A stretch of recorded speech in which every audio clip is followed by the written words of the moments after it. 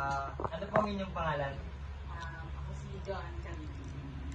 Gano'n po kayo katagal sa inyong pong church? At ano po ang inyong church? Nag-start ako sa church, hindi ko na masyadong matandaan, pero I think way back 2016, sa Winner Church, Santo Tomas ako nag-church. Sige po.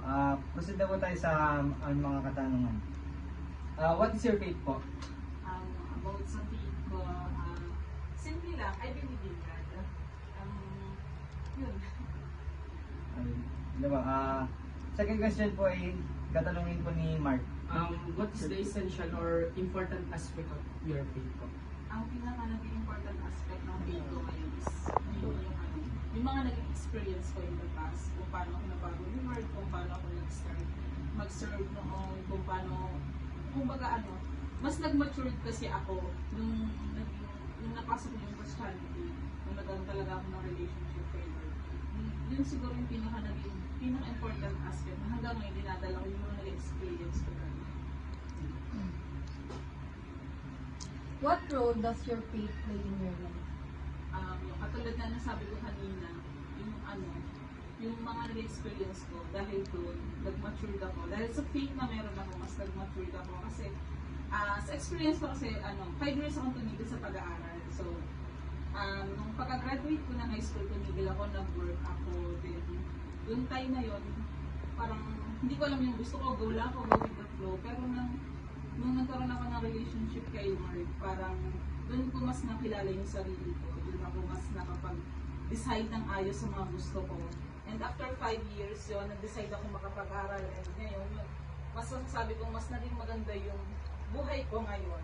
Mula nung nagkaroon ako ng magandang faith kay Lord. Kumbaga, ano ba dito? Yung, mainipin kasi akong tao. So, gusto ko talaga, pag may gusto ko, makukuha ko agad. And dahil dun sa yung life verse ko nga is Ecclesiastes 3:11. God created everything beautiful in His time. So, yun talaga yung isa sa pinanghahawakan ko na verse. And which is yung 5 years na tumigil ako sa pag-aral. Doon pa lang, imagine 5 years bago ako nakapag-aral ulit.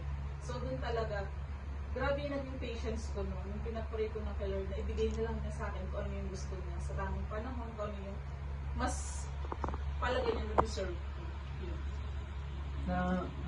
Isa pa po na yung katanungan. Sa inyo pong paniniwala, nakaranas na mga po kayo ng discrimination sa inyong pananampalataya? Hindi mawawala yun. Hindi mawawala sa Christianity yung ganun. Kasi, ito kasi yung mga maling myth ng iba. Pag Christian ka, parang tingin ata nila sa'yo, hindi ka pwede magkamali. Okay. So, parang lahat ng ginagawa mo dapat tama. Ganun, parang ang hirap gumalaw. So, part namin. Parang ganun. Pag nagkamali ka, pag minajudge ka na hindi mo sinasadya, pag hindi nila nagugustuhan, abot-abot yung, born again ko naman din, Christian ka kung di ba, nasa-serve ka kay Lord. Di ba? Parang kadalasan, hindi na basta akong experience yung gano'n. Which is, mali talaga, kasi hindi naisip ng ibang tao na, tao din tayo, syempre nagkakamali din kami, prone din kami sa pagkakamali, sa pagkakasala. Yun. And paano na-handle yun? Pag-pray lang kay Lord.